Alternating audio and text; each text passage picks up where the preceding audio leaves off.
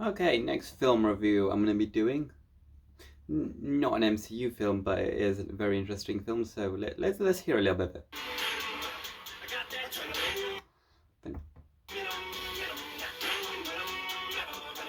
Again, hopefully you can hear that. I can't play anymore because it's copyright, but Eminem Venom, very good song. I highly recommend listening to that. Now, Venom. Obviously, Spider-Man's enemy, anti-hero film. This is a more of like I guess you could say a mainstream film, like for someone who doesn't really watch a lot of superhero films or anti-hero films. Is this very a sort of like just on its maybe sort of on its own film, a little bit separate to that. It is on Netflix if anybody wants to watch it. I think it came out recently, like October 4th, I believe, something like that. 6.7 out of 10 on IMDb, 4.4 out of 5 on Amazon, and then only 30% on Rotten Tomatoes, which I feel is a bit harsh because this was an incredible film. Like, Tom Hardy played Venom very well. Now, I'm just gonna get this up the Wikipedia. I remember the film quite well, so I'm hopefully not going to be needing too many notes. I just want to see something.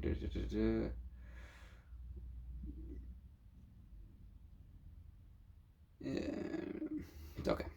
So basically, the film starts with like a van driving, and there's like a crash in the van. They was meant to be carrying all these symbiotes, which are Venom's sort of creatures, because he's from another planet. They were carrying all these, and they were all meant to be distributed back to this one guy, which I don't know what his name is. I can't remember for the life of me what this guy's name is.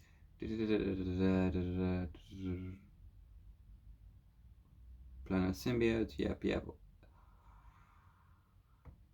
Well, they basically take it to the bad guy. But one of the symbiotes escapes, and it tries to go through. That's his name, Carlton Drake. His name's Carlton Drake. They want to take it back to Mr. Drake, Carlton Drake, and because he wants to use all these for weapons, essentially. That's all these guys on weapons.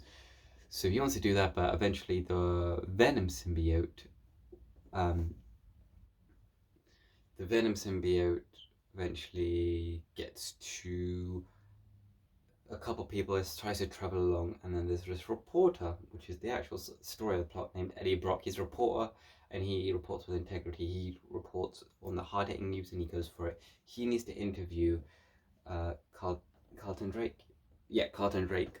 And he interviews him, and he's meant to just be asking about like some rockets and stuff like that, but he's asking the tough hitting questions. Why did this happen? Why did that happen? He eventually gets ejected, and he loses this job because he's done that. He gets fired. His girlfriend tries to leave him because he looked on her files because he worked for him, so because she got fired.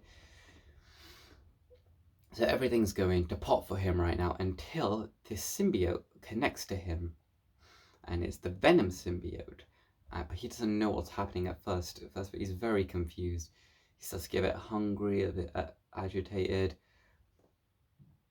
and then he starts like eating full stuff, and he has no idea what's going on until there's some like riot people from Carlton Drake's, some agents want to try and shoot him down, and then he just and the Venom symbiote just comes out like in his head, and he's like, I don't know what that was, but it looks a lot cooler on the film if you've seen it. But you know what I'm talking about. But he destroys him, he jumps out the window, and he has to ride on his bike and try to escape, which is a very cool scene. And eventually there's only one guy left, and then the full Venom symbiote, you can see full on Venom, just bites his freaking head off. I mean, you don't actually see that, but he does that. He bites his freaking head off. It's mental. So then Carlton Drake is like worried, like, how did this guy get this symbiote and stuff like that? And eventually one lady goes and tries to help him, one person who worked for Carlton Drake. She wants to help him try to get more information, get into the lab and stuff like that to figure out what he's doing. He eventually gets into the lab, gets to break in and find out, get all that information to stop Carlton Drake. But as he's doing that, this other symbiote that had escaped finds Carlton Drake, and that symbiote was Riot. And Riot, yeah, that was Riot. That symbiote attaches to him, and that's like a bit of a separate one for now. So we come back to that. So then he tries to get to his girlfriend, or his ex-girlfriend, ex-wife, tries to explain to her what's going on, what's with the symbiote. The Venom symbiote does not like noise or anything like that, so he tries to eliminate him. And he tries to get some help on why like this symbiote, or parasite as he calls it, is trying to attack him or go near him. He's not quite sure he understands. Now, in the next part, he needs to stop this rocket from being launched and grabbing the rest of the symbiotes, going to that planet and grabbing him, because there's going to be a launch to go find him. So Carlton Drake's with Riot is going to that ship, and Riot is a bit stronger than Venom, sort of, not really. Depends on like the person, how these things work. I'm not going to go into detail on the whole symbiote thing because that's not part of the movie, that's a separate thing.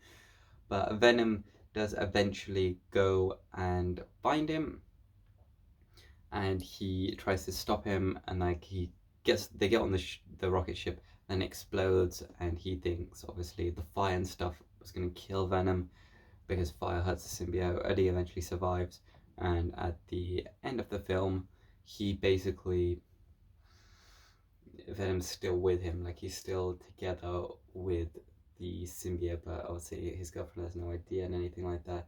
But yeah, that's the main plot. He gets symbiotes to try and crash and stop other symbiotes.